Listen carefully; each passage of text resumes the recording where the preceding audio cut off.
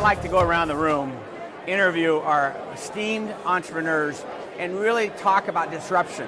Disruption is powerful, can be construed as negative, but if you are going to get disrupted, get out of the way. I mean, look at the Amazon effect. Look what's happening. You have to be thinking always and clearly. Like, I love real estate investing. Am I going to be investing in retail in the future? It's fascinating about disruption. So we're going to be talking about these entrepreneurs about how they're disrupting and how they're going to be making money for investors like yourself and myself. Well, identifying big disruptive ideas is really tricky. For me, it's been a lot about foundational research. So a lot of studying online, just reading, what's going on in the market, and then showing up and actually meeting key players in the industry and talking face to face and getting an understanding and feeling for what they're really doing in the real world. You can only learn so much by reading stuff online. The way that I identified what market I was going to pursue is to go for something I was passionate about. That was music, sports, and design. So we started there, and then to identify what the product is that we would focus on, it was really by learning what the customers wanted. That's why we went into a pre-order. We started to talk to our customers every day, really understand what the true needs are before diving into it too deep. So the way I identify an idea that I think is really worth pursuing is I think long and hard about something that doesn't exist today, but looks inevitable given enough time. So if you can see a future where it's going to happen, even though everyone else doesn't see it yet, that's a good idea. I think the way that I look at it, the way that I go about identifying opportunities is, number one, I think you have to find something that is really important in the marketplace. If it's cloud software, for instance, something that relates to that everyone's interested in. And secondly, you have to have the hubris to decide that you know something that other people don't, and then go out and try and do it. And there is no way to go around doing it that way. Well, as a serial entrepreneur, I've done several medical devices, pharmaceuticals, and in every case it has to do with the patient impact. There has to be a huge unmet medical need that the patient out there is not being well addressed by what we have existing in terms of either devices or pharmaceuticals. The way I validate product market fit is by really getting my hands dirty. So I go out there and I sit down with the people that will actually be using the product and or the service, and I figure out, how much time will they be spending on that service or product to really get a good feel and an idea for what that fit is. And it's really, do they light up? Do they get excited about it or don't they? And if they do, we know we're on track, and if they don't, back to the drawing board. So the way that we identify whether something is a good market fit is really through sales. You put what we used to do is we put a website on there and we would actually try to drive sales to it. We wouldn't charge anyone's card. So as soon as a purchase would come in, I would call that person up and be like, hey, you just purchased one of our earphones or whatever our product is.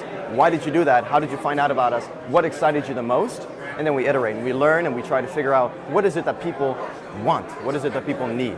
That's exactly how we did it. The way we validate product market fit is getting very creative. Whether it's consumer research, whether it's asking people to sign up for your product, whether it is talking to people and having them use it and asking them to pay for it, even before you have a product that you can sell, are great ways to really determine if you have a product market fit. The best way to validate whether you have an idea which can really work these days is to do a crowdfunding campaign. If you have a product that can lend itself to that, you don't have to raise $1 million to do it. You don't have to bring a product to market to do it. You can just test a concept. And if it works, then you can go and pursue it. In addition to, those people who back you are great pre-marketing team to get things out there.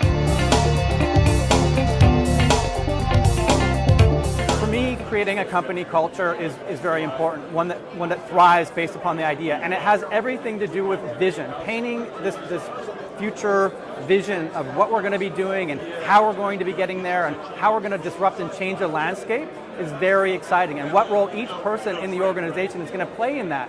You coming to work every day is going to be impactful, and here's what you're going to help us build.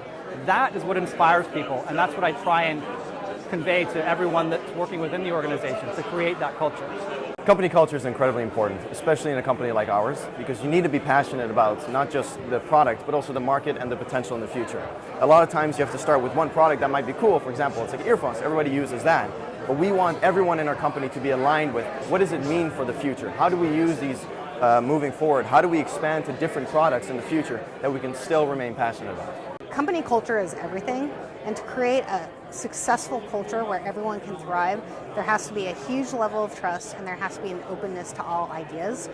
And as long as you have those two things and you have a good, strong work ethic on your team, the culture will thrive. Creating a company culture and recruiting the right team is critical to making an idea thrive. And I'm a big believer in finding people who are A's. They're really good at what they do. And then you mutually agree on goals that are both short-term and long-term. And then I see the role of the manager is helping them to achieve the goals.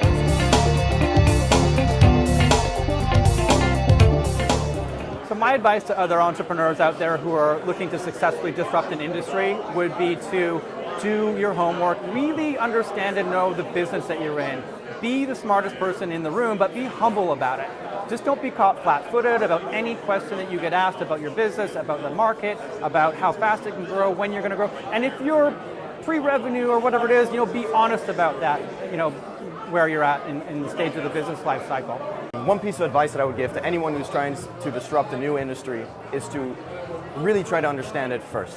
And there's no experts in the field. You're trying to be that expert. And the only way you can do that is by talking to as many people as you can, including customers, including experts in the field, including people who are leading the technology and building what's coming out in the next 2, 3, 5, 10 years. That's the only way you're going to be able to figure out what exactly it is that you're building and how it's going to live in the market.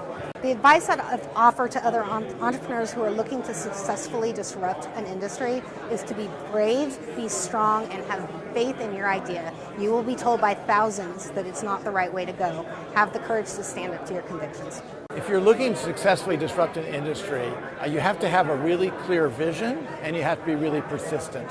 And you're going to see, there's always, I think Elon Musk talks about the pain of a startup. There will be pain, but you have to be able to see it through it.